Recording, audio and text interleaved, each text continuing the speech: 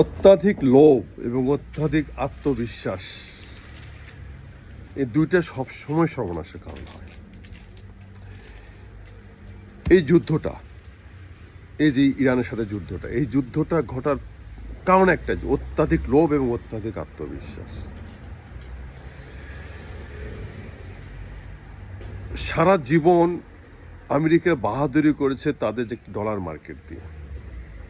এই dollar মার্কেটটাকে life time আরও strong করার জন্য, এটা আমেরিকার জন্য একটা লাইফ সাপোর্ট। এটা যে 40 ট্রিলিয়ন ডলারের একটা মার্কেট রয়েছে এই সমগ্র আরবে। এই 40 ট্রিলিয়ন মানে বুঝছেন, মানে 1000 বিলিয়ন হয় 1 ট্রিলিয়ন ডলার। বাংলাদেশে মাত্র আমাদের রিজার্ভ আছে 20 না 22 বিলিয়ন ডলার, 100 বিলিয়ন না। আর 1000 বিলিয়নও হয় 1 ট্রিলিয়ন, আর 40 ট্রিলিয়ন ডলার, তাহলে বোঝেন কত বড় মার্কেট। কারণ মিডল ইস্টে যত তেল সেখান থেকে যায়, সারা পৃথিবীতে এনার্জি যায়, সেটা কিনতে হলে ডলারের মাধ্যমে কিনতে হবে। এবং সে টাকাটা রাখে কোথায়? আমেরিকান ট্রেজারি বন্ডে, আমেরিকান ট্রেজারি বন্ড যেটা, ওখানে সেটা গচ্ছিত থাকে। মানে টোটালটাই লাভ বেচা কিনে সব আমেরিকাতে থাকে।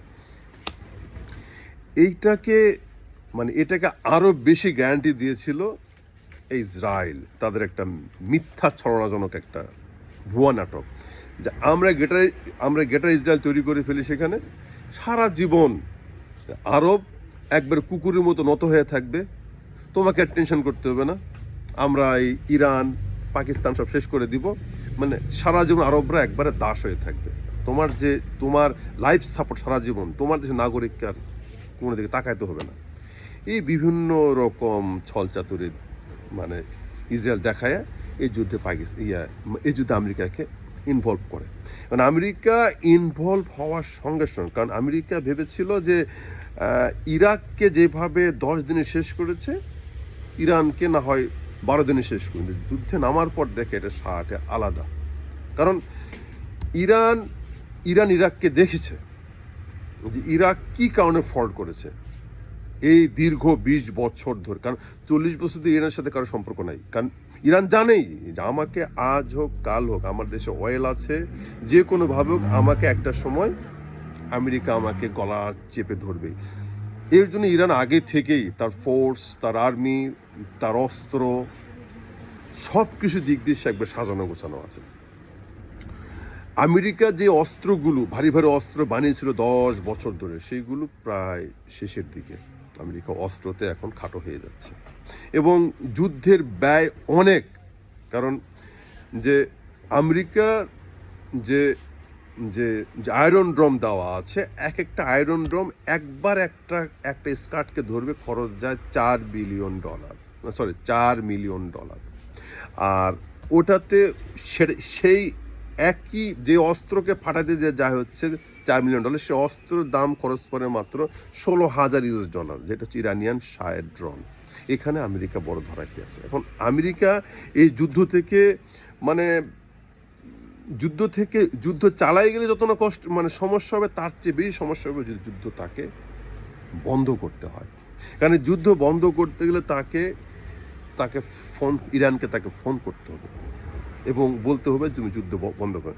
সেই সময় ইরান সে সময় চাপাই দেবে ছোট্ট কয়েকটি ডিমান্ড। তার ভিতরে প্রথম যে ডিমান্ড থাকবে কি, যে মধ্যপ্রাচ্য থেকে তোমার সব ঘাঁটি হাঁটাও। এটা কি মানে আসলে মানে এই ডিমান্ডটা তো ইরানের না, এই ডিমান্ডটা এখন চাপাই দিয়েছে রাশিয়া এবং চায়না। কারণ রাশিয়া চায়না সারাটা জীবন চেয়েছে যে কিভাবে এই আমেরিকানদের যে প্রধান শক্তি যে ডলার মার্কেট, এটাকে ডাউন করা যায়, এটাকে শেষ করা যায়। এই সুযোগটা আজকে পেয়ে গেছে এই চীন এবং রাশিয়া। এখান থেকে কখনোই ব্যাক করতে দিবে না। ইরান ব্যাক করতে চাইলেও আমার মনে হয় না চীন আর রাশিয়া ইরানকে ব্যাক করতে দিবে। আর যখন আমেরিকা এই গালফকে ছেড়ে দিবে, এদিকে রয়েছে উত্তর কোরিয়া রয়েছে এবং দক্ষিণ কোরিয়া রয়েছে এবং রয়েছে জাপান। তারা আবার চায়নার ভয়ে আমেরিকান সোলজারের পিছনে টাকা খরচ করে অস্ত্র কিনে ওটা তারা বন্ধ করে দিবে। যখন দেখবে যে ইরানের সাথেই তারা মানে অস্ত্র হ্যান্ড ওভার করে ফেলেছে, তাদের আস্থা কমে যাবে। এবং পাশাপাশি ইউরোপ কী করবে, রাশিয়ার সঙ্গে তারা শান্তি চুক্তি করে ফেলবে, যে এই এই যে রাশিয়া ইউক্রেন যুদ্ধ হচ্ছে সেখানে ইউরোপ সাপোর্ট করতেছে আমেরিকাকে, পরে সাপোর্ট করবে না। কারণ সব মিলে এই যুদ্ধ থেকে যদি আমেরিকাকে কোনো কারণে ব্যাক করতে হয়, তাহলে আমেরিকা ধরা যায় যে আমেরিকা একটা সাধারণ দেশে পরিণত হয়ে যাবে। তাই এই যুদ্ধটা এত সহজ যুদ্ধ না। এই যুদ্ধে যেমন মরণ কামড় দিচ্ছে ইসরায়েল, তেমন দিচ্ছে ইরান, তেমন দিচ্ছে আমেরিকা, এবং তেমনটাই সাহায্য করবে রাশিয়া এবং চীন মিলে। যাক, তবু একটা কথা বলি, আজকে আমেরিকা চেঞ্জ হবে বিশ্ব মডেল, কালকে আরেকজন আসবে, তারা যে আমেরিকার চেয়ে ভালো হবে এটার গ্যারান্টি নাই। কারণ বিশ্বমল অনেকেই ছিল, ইংল্যান্ড ছিল, ভালো ছিল না, জাপানিজরা আসছিল আরও নৃশংস। আপনি কাউকে ট্রাস্ট করবেন, আপনি কাউকে ট্রাস্ট করতে পারবেন না। তবে কি হতে হবে, নিজেদেরকে স্বয়ংসম্পন্ন হতে হবে। অ্যাটলিস্ট এই যুদ্ধ একটা ফলাফলের পরে আরবরা যদি এখন তাদের লজ্জা হয়, তা যদি শিখে যে আমরা বড় বড় ইমারত, মানে বিল্ডিং তৈরি না করে আমরা আমাদের জাতিকে শিক্ষিত করি, জাতিকে টেকনোলজি কীভাবে ব্যবহার করতে সেটা শেখাই। যেভাবে আজকে ইসরায়েল সমৃদ্ধ, যেভাবে আজকে চায়না সমৃদ্ধ, বা উন্নত দেশগুলো যেভাবে সমৃদ্ধ, আজকাল যুদ্ধ সোলজারে হয় না, যুদ্ধ করে টেকনোলজি দিয়ে। আজকে যদি এই দুবাই, সৌদি, এরা যদি আজকে এই ইমারত না বানিয়ে নিজেরা যদি আজকে যদি অলস না হয়, তারা যদি আজকে একটা শিক্ষিত জাতি তৈরি হতো, আজকে তাদের অবস্থা এই পরিণত হতো না।